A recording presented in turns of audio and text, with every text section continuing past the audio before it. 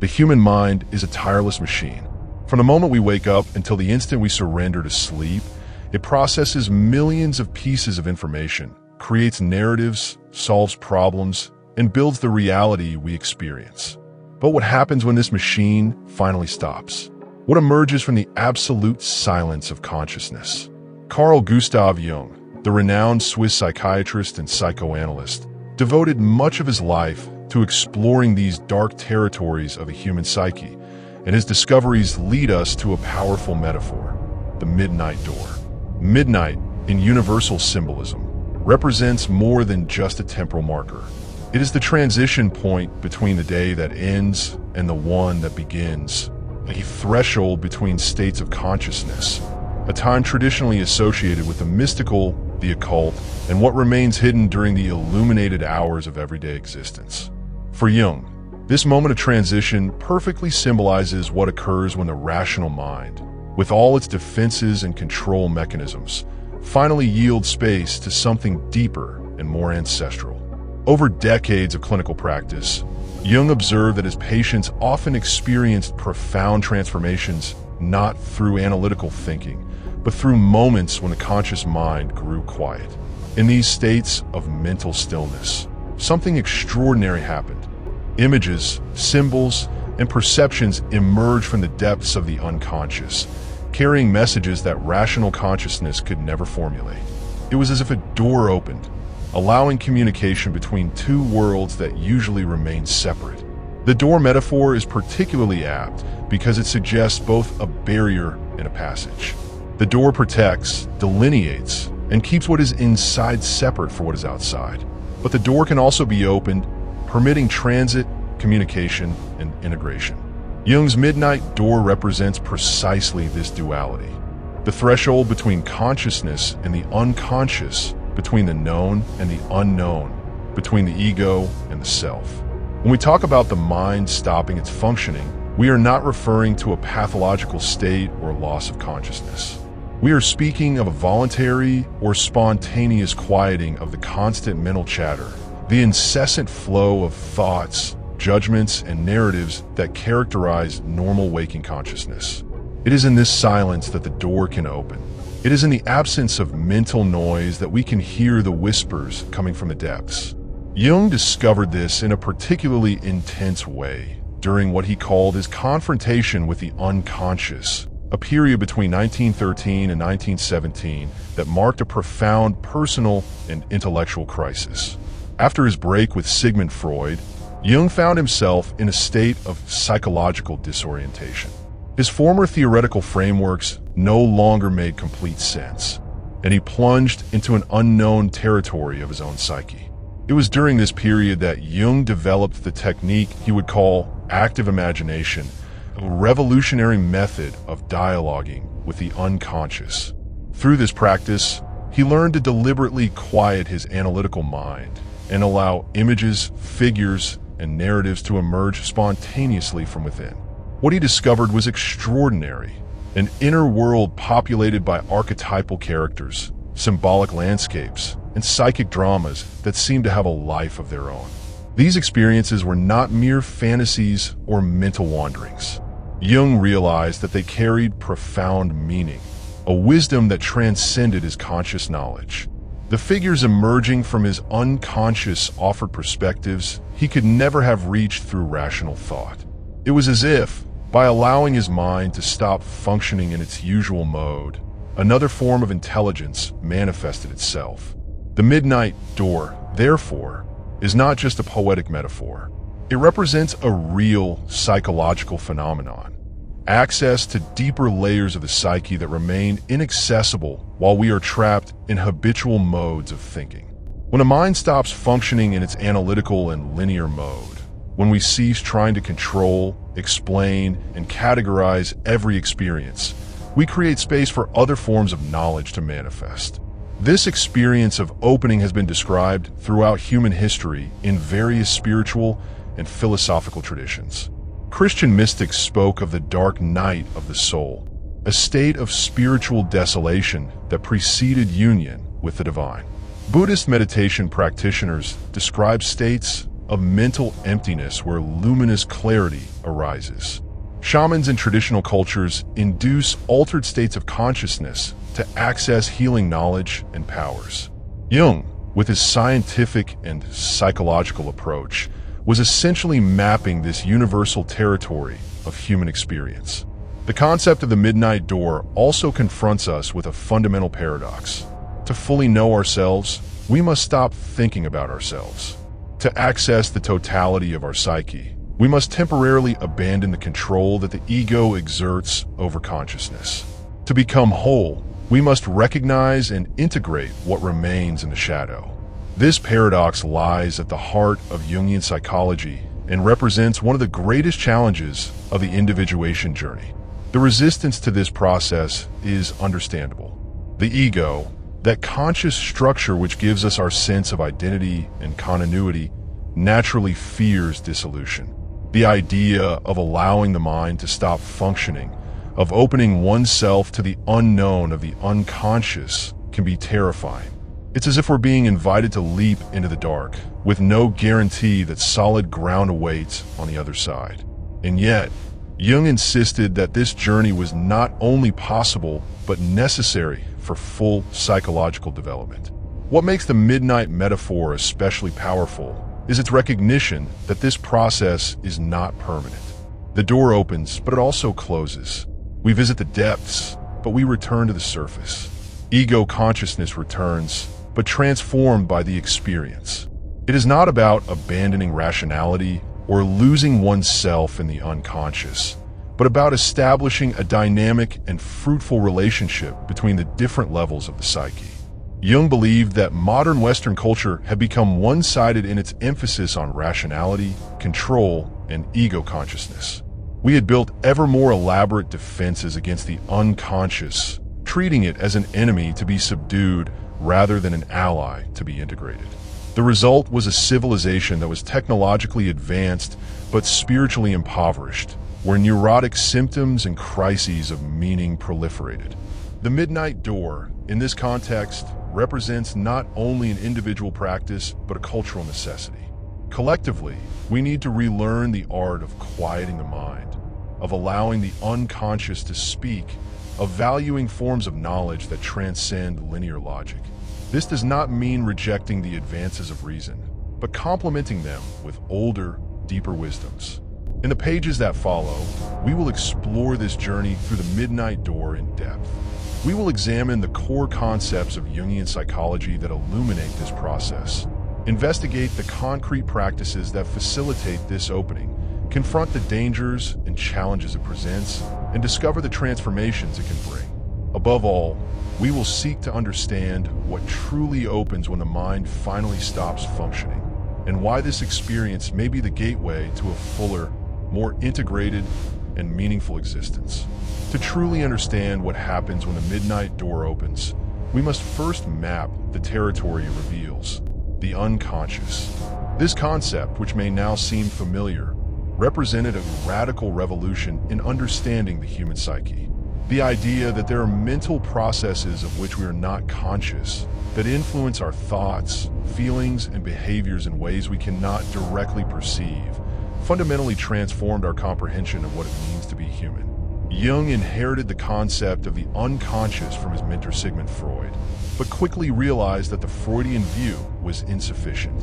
For Freud, the unconscious was primarily a repository of repressed contents, unacceptable desires, and forgotten traumas that had been banished from consciousness because they were too threatening to the ego. It was essentially a psychic basement where we stored the emotional garbage we didn't want to face. Jung recognized the existence of this layer of the unconscious, which he called the personal unconscious. It is formed by individual experiences that have been forgotten or repressed over the course of our personal history. It contains memories of childhood events, impulses judged unacceptable, aspects of ourselves that we deny or fail to develop. It is in fact quite similar to what Freud described. But Jung went further. Through his extensive research in mythology, comparative religion, studies of non-Western cultures, and, crucially, through his own experience of confronting the unconscious, he discovered evidence of a much deeper layer. the collective unconscious. This discovery was undoubtedly his most original and controversial contribution to psychology. The collective unconscious is not formed by personal experiences. Instead, it is a universal psychic inheritance shared by all humanity. It consists of structural patterns of psychic functioning that Jung called archetypes. These archetypes are not specific contents, but potential forms of experience and behavior that manifest through images, symbols, and narrative patterns remarkably similar across completely different and isolated cultures. To understand this revolutionary idea, Jung often used a biological analogy. Just as we inherit a body with certain structures and behavioral potentials common to all humans, we also inherit a psyche with certain universal psychological structures and potentials. The archetype of the Great Mother, for example, is not culturally learned but emerges spontaneously in the psyche, manifesting through images and feelings related to nurturing, protection, growth, and, in its negative aspect, devouring and suffocation. Jung found evidence of the collective unconscious in multiple sources. Psychotic patients who had never studied mythology produced images and themes that echoed ancient myths from cultures they had never encountered. Young children had dreams containing symbols that appeared in archaic religious traditions. Modern people, when allowing their creative minds to flow freely, generated narratives that followed structures identifiable in fairy tales and myths from around the world. The principal archetypes Jung identified form a kind of psychic cosmology. There is the shadow, which contains the rejected aspects of our personality, the Anima and Animus, which represent respectively the feminine aspects in the male psyche and the masculine aspects in the female psyche. The persona, the social mask we present to the world, the wise old man and the great mother, figures of wisdom and nurturing. And at the center of it all, the self, the archetype of wholeness and the full potential for human realization. When the midnight door opens, when we allow the conscious mind to grow quiet, it is this vast and populated territory that we begin to access. We are not simply revisiting forgotten personal memories, though that can happen too. We are making contact with psychic structures far older and deeper, patterns that transcend our individual experience and connect us to universal human experience. This journey into the unconscious is not a pathological regression, as some critics of Jung have argued. It is a movement toward integration and wholeness. Jung coined the term individuation to describe the process by which a person progressively becomes more complete, more truly themselves, through the conscious integration of unconscious contents. Individuation is not egocentrism or isolation. It is precisely the opposite, the recognition of our deep connection to universal patterns of human experience. The territory of the unconscious, however, is neither benign nor easily navigable. Jung repeatedly warned of the dangers of premature or unprepared opening. The unconscious contains not only creative and healing potentials, but also destructive and disintegrative forces. The same archetypes that can guide us toward wholeness can also dominate and fragment us if we are unable to maintain a conscious relationship with them. The shadow, for example, contains genuinely dark aspects of our nature, capacities for violence, selfishness, and cruelty that we prefer to deny, but that remain part of our human potential. Confronting the shadow is essential for psychological development, but it requires courage and honesty. It is easy to project our shadow onto others, seeing in them the flaws we cannot acknowledge in ourselves. True confrontation with the shadow demands that we withdraw those projections and recognize, yes, this is mine too. Similarly, the Anima and Animus archetypes can either enrich our experience or cause confusion and conflict. When a man is unconscious of his anima, he may project it onto real women, creating unrealistic expectations and troubled relationships. When a woman is unconscious of her animus, she may find herself dominated by rigid opinions and harsh judgments that do not reflect her true nature. The work of integrating these contrasexual aspects of the psyche is delicate and challenging. Jung also identified specific dangers on the journey into the unconscious. Psychic inflation, for instance, occurs when a person identifies with archetypal contents instead of relating consciously to them. Someone who identifies with the wise old man archetype may develop an attitude of spiritual superiority, losing touch with their actual human limitations. Someone who identifies with the Great Mother may become controlling and smothering, believing they know what is best for everyone. Another danger is what Jung called possession by the unconscious. When the ego's normal defense mechanisms weaken too much, unconscious contents can erupt into consciousness in an overwhelming way, causing dissociation, psychosis, or personality fragmentation.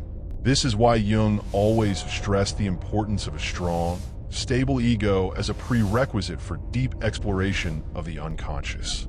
The goal is not to destroy the ego, but to expand and flexibilize it. The geography of the unconscious also includes what Jung called complexes.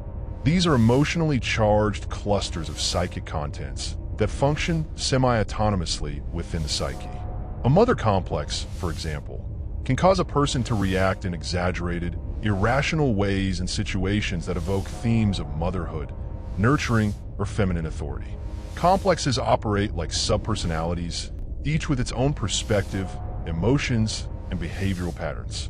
The word association method Jung developed was one of the first scientific tools for mapping these complexes. By observing reaction times and emotional responses to specific stimulus words, he could identify areas of psychological sensitivity indicating active complexes. This technique empirically demonstrated that much of our psychic functioning occurs outside consciousness and voluntary control. Understanding the territory of the unconscious also means understanding its language.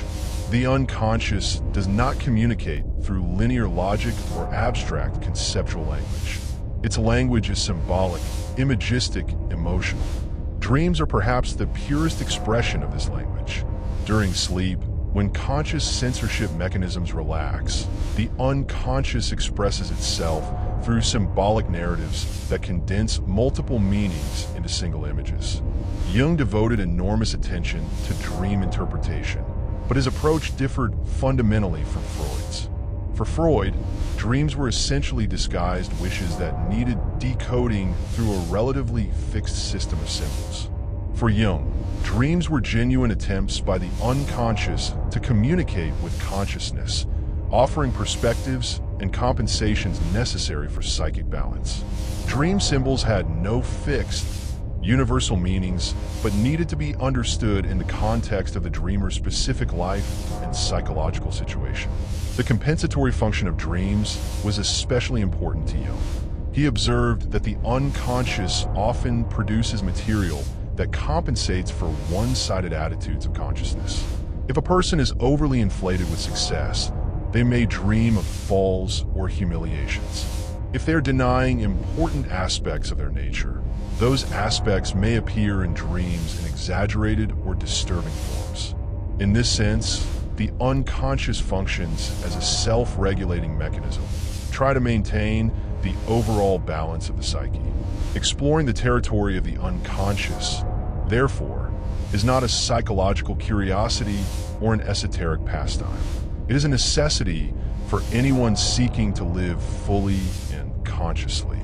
The unconscious is always active, always influencing our thoughts, feelings, and behaviors. The question is not whether we will relate to it, but how. We can remain unaware of its influence, driven by forces we do not understand. Or we can develop a conscious, collaborative relationship, allowing the resources of the unconscious to enrich and guide our conscious life. When the midnight door opens, when we allow the mind to stop functioning in its usual mode of control and analysis, is this vast territory that reveals itself. It is a land both strange and familiar at once, populated by figures we recognize from dreams and myths, governed by laws that differ from those of everyday logic, but possess their own deep coherence.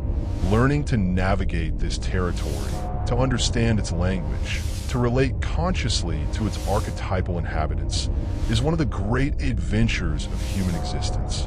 The journey through the midnight door, if navigated successfully, does not end in the depths of the unconscious.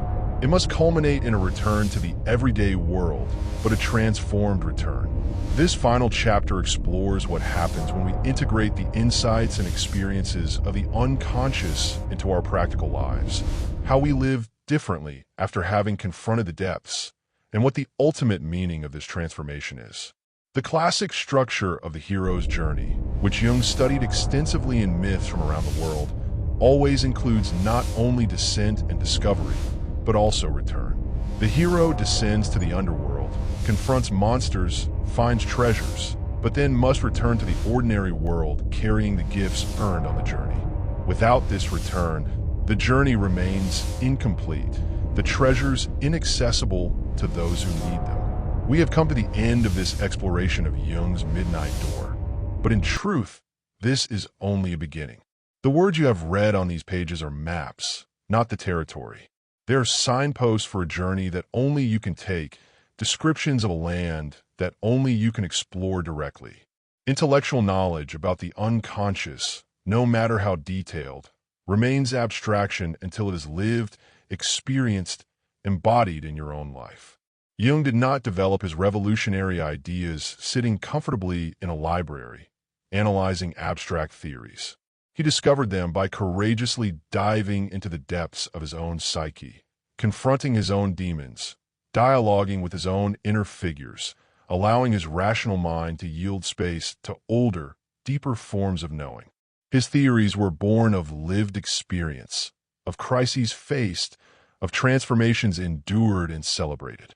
And now, the invitation extends to you. Start tonight. Find 15 minutes of silence. Face one small shadow. Create something with your hands. Seek guidance if needed. Form or join a dream group. Read beyond this text. If this video spoke to you, don't let it pass without hitting like and subscribing to the channel so you don't miss the next ones. Remember, the midnight door is open. Step through.